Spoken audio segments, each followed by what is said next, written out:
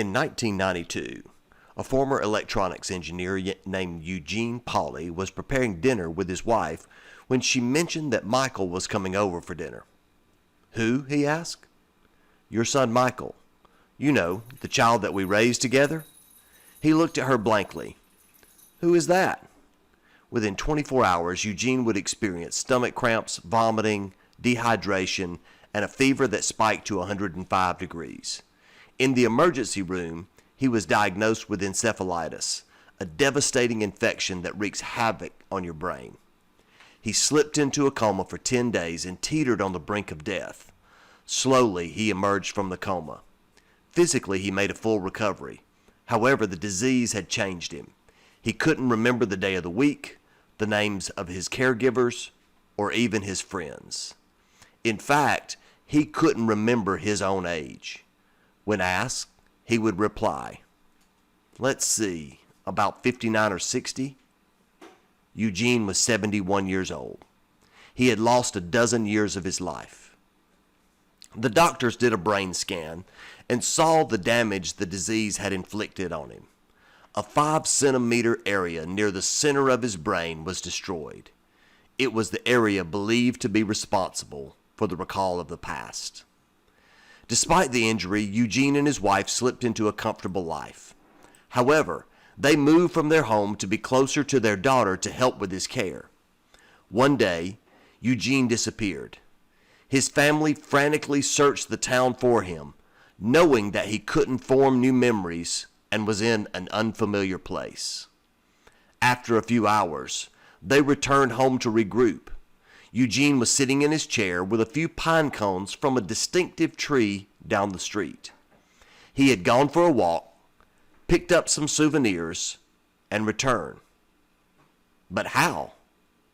His wife began following him on his daily walks. He couldn't point out the house he lived in, but he always returned to it, opened the door, walked inside, sat in his chair, and turned on the television. How? How did Eugene learn something new inside of his damaged brain?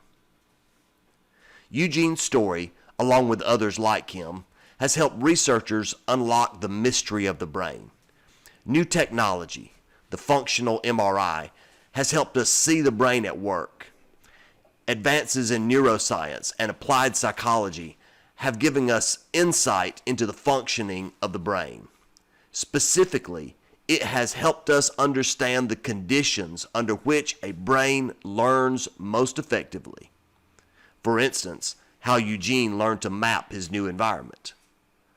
Conversely, we've learned the conditions that decrease learning.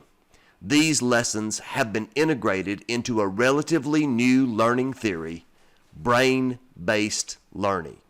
Howard Gardner's book, Frames of Mind, not only launched the theory of multiple intelligences, but also posited that those intelligences have physiological locations in the brain. Others, such as Daniel Goleman, Thomas Armstrong, Renata and Jeffrey Kane, Eric Jensen, and David Sousa, have built on that underlying structure to construct a brain-based learning theory.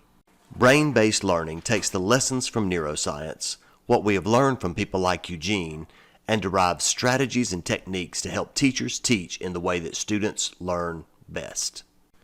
You are looking at an overview of brain-based learning developed by Renata and Jeffrey Kane. I will summarize each sector to introduce the concepts of brain-based learning. All learning is mind-body. The condition and the actions of the body have a dramatic effect on learning. The mind-brain is social. Learning takes place better within a social context. The search for meaning is innate. The mind searches for meaning, and learning takes place best when the information can be put into a meaningful context. The search for meaning is done through patterning. Our mind learns by identifying and creating patterns. Help students find and develop these patterns to be effective. Emotions are critical to patterning. Emotions are critical to attention, meaning, and memory. We must connect to the student's emotions through story and metaphor. The mind-brain processes parts and wholes simultaneously. Students learn more effectively when the parts of a concept are connected to the whole. Learning involves both focused attention and peripheral perception. Focused attention is key to learning, but students also learn from the periphery, picking up information that is not directly presented. Learning always involves conscious and unconscious processes. Attention and direct instruction are not enough. Students need time to process and reflect on what they've learned. There are at least two approaches to memory. Humans have multiple memory systems, and teachers should engage learners beyond rote memorization, although that also has its place. Learning is developmental. Learning changes the physiology of the brain, and, since each individual is unique, they develop in different ways and at different rates.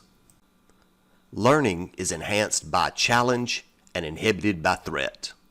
Learning is inhibited by fear and is stimulated by challenge. The mental environment of the student matters. Each brain is uniquely organized. The life experiences of your students, their physiology, previous learning, and capabilities are all unique. The best teaching takes into account these differentiators. Brain-based learning continues to develop subsequent to the new discoveries of neuroscience and applied psychology. As we learn more about ourselves and capabilities, brain-based learning becomes more effective.